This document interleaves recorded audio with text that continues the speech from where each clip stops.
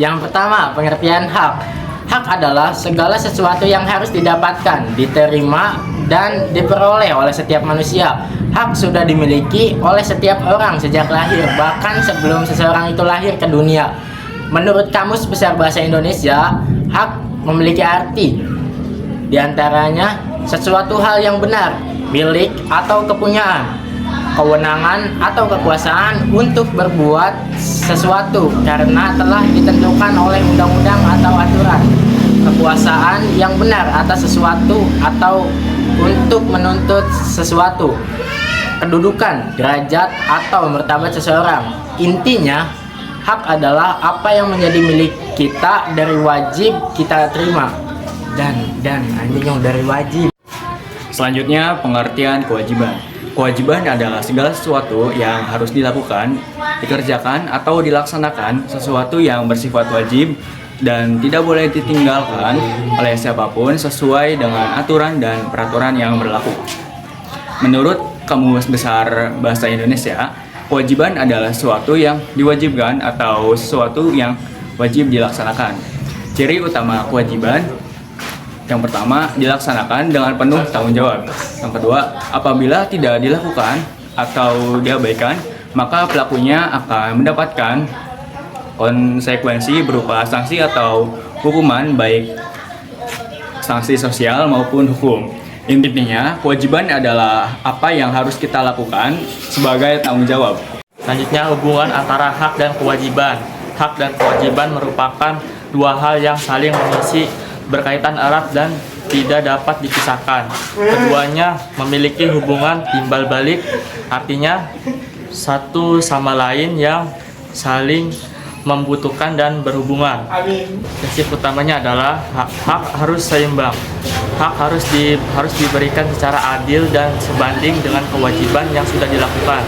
Kita tidak boleh hanya menuntut hak saja tanpa melaksanakan kewajiban, begitu juga sebaliknya. Tidak boleh berat sebelah. Hak dan kewajiban berjalan beriringan. Jika seseorang ingin mendapatkan haknya, maka ia wajib menyelesaikan kewajibannya terlebih dahulu. Lanjut aja. Yang keempat adalah alasan mengapa hak dan kewajiban harus dilaksanakan secara seimbang. Yang pertama adalah untuk menciptakan kerukunan dan kehidupan yang tertib. Keseimbangan hak dan kewajiban adalah kunci kedamaian. Ketika setiap orang menjalankan hak dan haknya dengan tetap menghormati hak orang lain serta menjalankan kewajiban dengan sungguh-sungguh, tidak akan ada pertengkaran karena saling menuntut, dan kehidupan di masyarakat menjadi tertib, aman, dan damai. Yang kedua, mengatur kehidupan di lingkungan masyarakat. Setiap manusia memiliki peran masing-masing sebagai warga negara, anggota keluarga, warga masyarakat, atau individu. Aturan dan norma yang ada di masyarakat itu sebenarnya adalah bentuk dari kewajiban yang harus dipatuhi. Dengan melaksanakan kewajiban, kita menjaga ketertiban bersama. Sebagai imbalannya, kita berhak mendapatkan perlindungan, penghargaan, kesempatan, dan fasilitas dari masyarakat atau negara. Keseimbangan ini membuat kehidupan bersama menjadi teratur dan harmonis. Yang ketiga, manusia harus berusaha untuk memperoleh sesuatu. Seseorang tidak bisa begitu saja mendapatkan apa yang ia inginkan tanpa usaha. Untuk mendapatkan haknya, seseorang wajib berusaha dan melaksanakan kewajiban terlebih dahulu. Contoh, kamu ingin belajar di kelas yang bersih dan nyaman. Ini hak kamu. Maka kewajibanmu adalah untuk menjaga kebersihan dan ketertiban kelas. Jika kewajiban itu dilakukan, maka hakmu akan kamu dapatkan. Lingkungan sekolah dan masyarakat. Menurut Ki Hajar Dewantara, pendidikan tidak hanya berlangsung di sekolah saja, tetapi terjadi di lingkungan utama yang disebut trisastra pendidikan, yaitu alam keluarga, alam perguruan, dan alam pergerakan pemuda atau masyarakat. Ketiga lingkungan ini harus bekerja sama agar pendidikan berjalan berhasil dan membentuk manusia yang berkualitas. Alam keluarga. Pengertian: keluarga adalah tempat pendidikan pertama dan terpenting dalam kehidupan seseorang. Peran utama disinilah anak mendapatkan pendidikan dasar mengenai budi pekerti, akhlak mulia, serta nilai-nilai sosial dan moral. Keluarga menjadi dasar pembentukan karakter dan kepribadian seseorang sebelum ia bergaul dengan lingkungan luar. B. Alam perguruan. Pengertian adalah alam perguruan atau sekolah adalah tempat yang sengaja disiapkan untuk memfasilitasi pengembangan potensi diri, khususnya kecerdasan dan pengetahuan. Ki Hajar Dewantara menyebutnya dengan istilah balai wiyata. Nama kata saya. Peran utamanya adalah mengembangkan kecakapan berpikir, intelektual, keterampilan, dan wawasan yang lebih luas di sekolah. Murid dididik secara terstruktur untuk menguasai ilmu, pengetahuan, dan teknologi, serta belajar berorganisasi dan bersosialisasi dengan teman sebaya dan Yang ketiga, bagian C, alam pergerakan pemuda atau masyarakat. Pengertiannya, masyarakat merupakan lingkungan pendidikan yang berfungsi untuk mengembangkan watak, kepribadian, serta memperkuat kecerdasan budi pekerti dan sosial emosional. Peran utama sering disebut sebagai laboratorium pendidikan, tempat menerapkan dan menguji segala ilmu, nilai, dan kebiasaan yang sudah didapatkan dari keluarga dan sekolah. Di masyarakat, seseorang belajar berinteraksi, beradaptasi, memahami identitas dirinya, serta peran dan tanggung jawabnya di tengah lingkungan. Kesimpulan, keberhasilan pendidikan sangat bergantung pada kerjasama. Kesimpulan, keberhasilan pendidikan sangat bergantung pada kerjasama yang baik antara sekolah, keluarga, dan masyarakat. Sekolah mendidik ilmu pengetahuan dan karakter, keluarga membentuk dasar moral, dan masyarakat menjadi tempat penerapan nyata dalam kehidupan bermasyarakat. Hak dan kewajiban siswa sebagai warga sekolah dan masyarakat.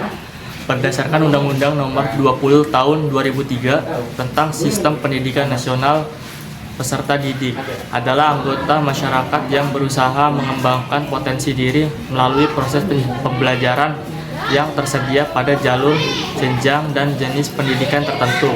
Artinya, siswa tidak hanya berperan sebagai anak didik di sekolah, tapi juga merupakan bagian dari warga masyarakat yang memiliki hak dan kewajiban. Prinsip utamanya adalah kewajiban harus dilaksanakan terlebih dahulu agar tidak dapat diperoleh. Contoh pelanggaran hak dan pengingkaran kewajiban. Dalam kehidupan bermasyarakat maupun di lingkungan sekolah, seringkali terjadi ketidakseimbangan antara hak dan kewajiban. Ada pihak yang menuntut hak namun melalaikan kewajiban, atau ada pihak yang haknya dilanggar oleh orang lain. Berikut adalah contoh nyata pelanggaran hak dan pengingkaran kewajiban yang terjadi di masyarakat dan sekolah. Lingkungan masyarakat, pencemaran lingkungan, dan sampah plastik. Kasus, misalnya ditemukannya hewan laut jenis dugong yang mati terdampar di wilayah Minahasa Selatan.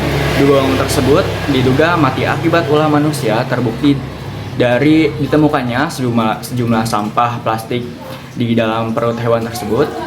Dugong memakan sampah plastik karena tidak sengaja tertelan saat mencari makan.